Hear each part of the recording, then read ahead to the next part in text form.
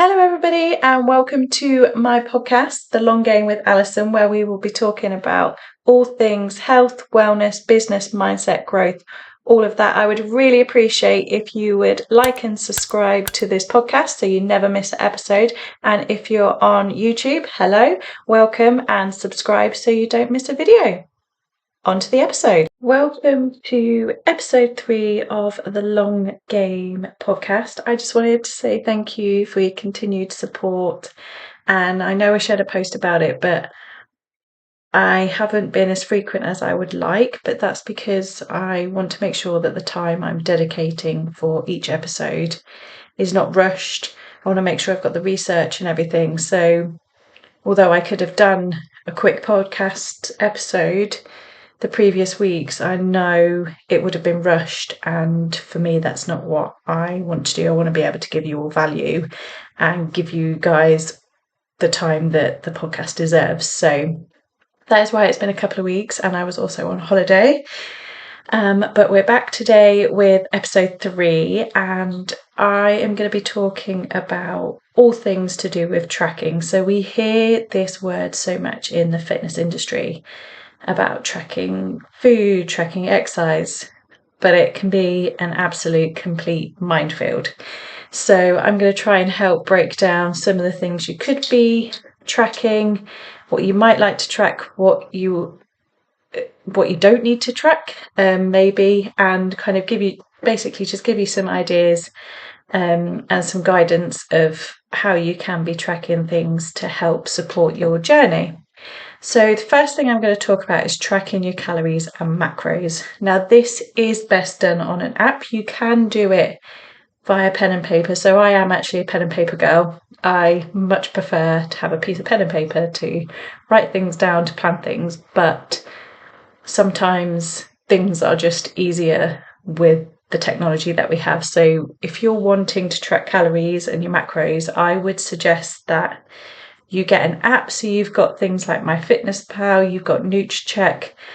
If you've got a smartwatch, a lot of their apps include a tracking, and basically some of them you search for the food, some of them you can scan barcodes, and the importance is that you're weighing each item. So if you're making a salad, what I do with the digital scales is I pop my bowl on the scales, I measure out the first thing, so for example lettuce, chop it up, put it on there, write that down, then I reset it and then continue until I've made my salad, and then I can transfer that all onto my app, and that will give me the calories for it, the protein, carbs, fats, and you can also look at your minerals and stuff, but I would say your main focus needs to be that you're in your calories and that you're having enough protein for your recovery and carbs for your fueling.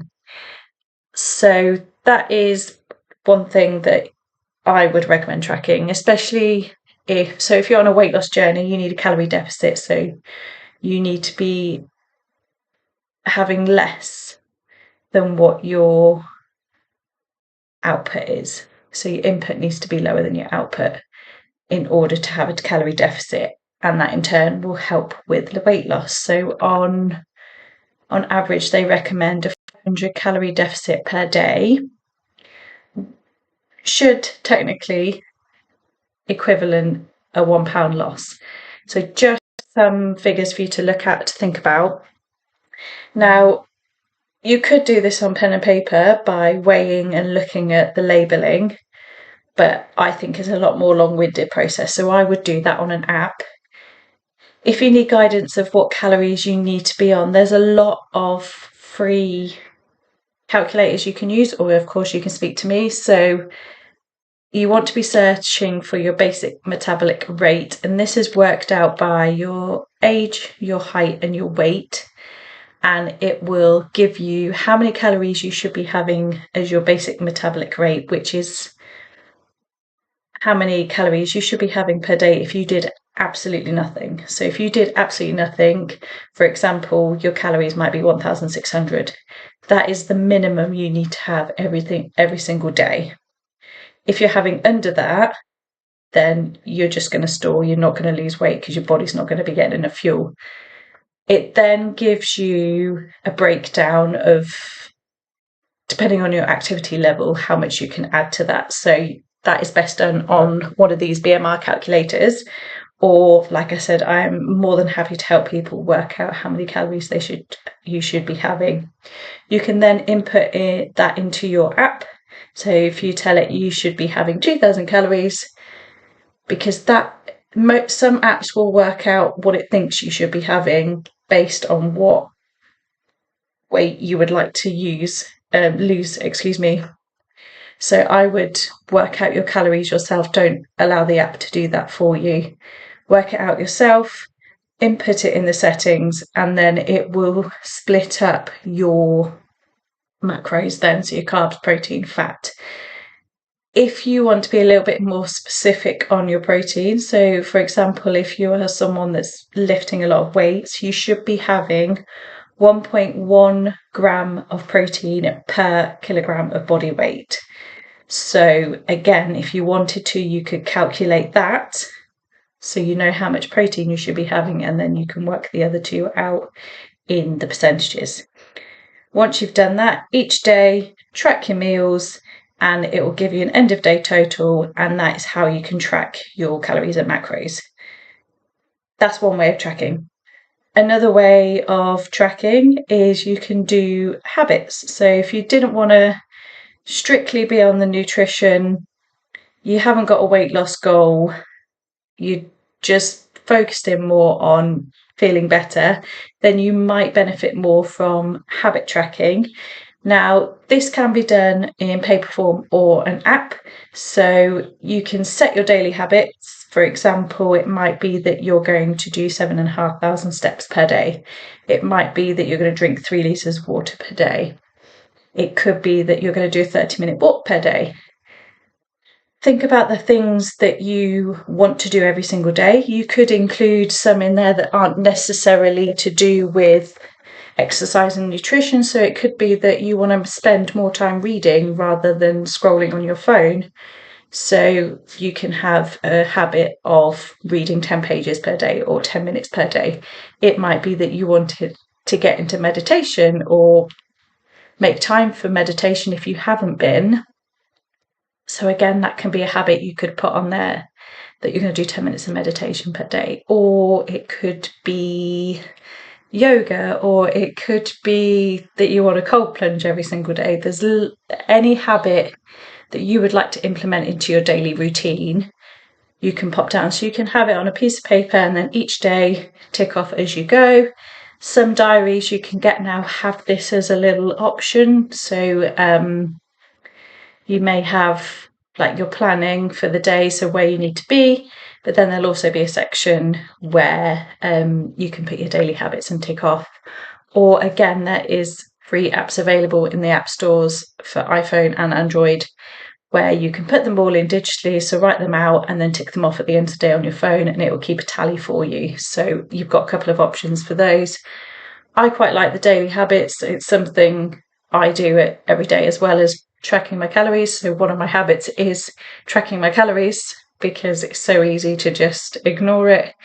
And it helps me to do my personal development. So I like to get my reading in, I like to get my meditation in. So having that on my habit is just a daily reminder that I should be putting time aside for my personal development and growth. So that's why it goes on my daily habit tracker. I do have a printable PDF file of a habit tracker. So if anybody does want that, I will, if you comment below, and I will send that out to you. So you've got free tracker you can use. It's very, very basic. You just write on each line what your habit is, and then it's got tick boxes for the week. So I'm more than happy to share that with you guys. It's just a small one I've created to help my clients. So any listeners of the podcast, then I would love to share it with you too. Something else we can track, I don't personally do this, but I know people that do, is your exercise. So this is very often more so done on a piece of paper. So someone will have a diary. And particularly if you're doing strength training, you're wanting to make sure you hit all of your muscle groups. So they will use a diary to track what exercise they've done. how much they've lifted, how many reps, so they can see where they're improving from week 1 to say week 6. So for example, in their diary, they'll write bicep curls, 3 sets of 10 at 5 kg, for example. And then in 3 weeks' time, it might be that they're on 3 sets of 8 reps at 7 kg. So it's just a bit of a visual cue for you to see what you've been training, what is building well, what maybe you need to work on more. So if, for example, you're stronger on your quads than your glutes, or your biceps than your triceps, naturally you're going to be because your biceps are bigger, but you can see then where you need to focus your strength on to kind of get an all round. You might notice that you're doing more of one muscle group than the other. And again, yeah, you can just see how you're progressing with your weight training, because technically the reps or weight should be going up over time. So you can use a paper diary for that. You could input it into notes on your phone if you wanted to, if you're really not pen and paper, but I think physically this is great because you can take it to the gym with you. Once you've done each set, you can write down what you did, how many reps you did, what weight you did, and basically keep a diary of your workouts and your strength training. So there's another thing you could track. Another thing that I like to use, it's not necessarily tracking, but is a great end of day kind of review. So I journal at the end of every evening before I go to bed, and I will write down how my day went, what worked well, what kind of emotions I'm holding on to, how I did with my food, what choices did I make, or where could I have made a better choice, and just generally about the day and what I need to get ready for the next day. Now, this can really help if you have a lot of emotions around food and exercise, because you are getting that out of your mind onto a piece of paper. So I definitely would use a journal for this. I have done quite a lot on my social media about journaling and the benefits, and I do really think that everyone should be doing it. It literally takes 5 minutes at the end of the day. Some people do it in the morning. I like to do it as kind of a reflection process, but it does also work well in the morning. Some people will do it throughout the day. So if it's aimed around food, for example, you could get up and you could write how you feel. So are you hungry? Are you full? Are you thirsty? All of that. You can then write in when you started to feel hungry, and then you can write what you've had to eat and how that made you feel. Did it make you feel full? Did you enjoy it? Did you not like it? And then carry that on throughout the day. So that helps a little bit with intuitive eating. So you're not eating just for the sake of it. So if it's there, that's why I chose it. Because you're writing about how it made you feel, it helps you to become more aware of what foods make you feel good, what foods help you to feel full, what foods are filling you up for longer, what foods are maybe making you feel hungry within half an hour, what foods give you a little bit of a high and then a come down. So it allows you to just kind of process the emotions around all of that. So this is something I do, but with the end of my day. So if I've made a certain choice with food, did it feel good? Did it not? Did I go on a bit of a binge? Because I'm quite well known for that. And it just, it gives you that space to get it all down. And then you can see if there's any patterns emerging. So if you're bored, is that why you're always reaching for the chocolate? Did you sleep 8 hours the night before? And therefore you feel great in the morning. Did you only sleep 4? And you can use this to track so many different, it doesn't just have to be food. So you can journal about your sleep, you can journal about your work, you can journal about something that's making you stressed. Whatever works for you. There's so many different avenues from this, and I do feel there'll be a separate podcast that will just be on journaling, because there's literally so many things you can talk about and so many benefits and guidelines, well, not guidelines, guidance you can give to people to start journaling. So there's a lot around that. But yeah, it is a very, very powerful tool. So just to recap those, you've got your app to track calories, macros if you want to. You can write it down, but apps are more convenient and easier to use. And that just helps with your nutrition side to make sure you're fueling your body enough. If you're eating too much, too little, if you're helping your body to repair, etc., having enough protein. So you've got that side. You've got your habit tracking. So again, paper, app form, implementing daily habits and just creating those essential things that you need to be doing daily as non-negotiables. You've got a visual tracker to look at. You've then got your exercise tracking. So again, I think this is better in diary form. With the habits, either or works very well. With the exercise, I do think paper tracking works a lot better, just because you can take it with you. It's easier to look through the weeks rather than on your phone. You've got to flip through, whereas you can have all your bits of paper out, and you can write down as you go along. So exercise, I would say pen and paper. And also you might have that if you're with a coach, they may use an app to put your exercises on. So sometimes that's where it does work because it'll all be on the app. But again, you still have to scroll through. So if you're doing it on your own, I would track paper. If you're with a coach, they will probably be a bit more mindful about what's going on, and very often do use an app. So you can track your progress, obviously, on that. But generally, as a rule, I would say pen and paper if you're on your own.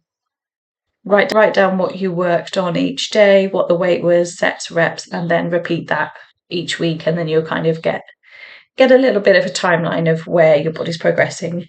And then finally, journaling, whether that is morning, evening, throughout the day. You can literally pick anything from nutrition, how it's making you feel, intuitive eating, your exercise, your stress, work, all of that jazz. Put it all down or choose what works for you.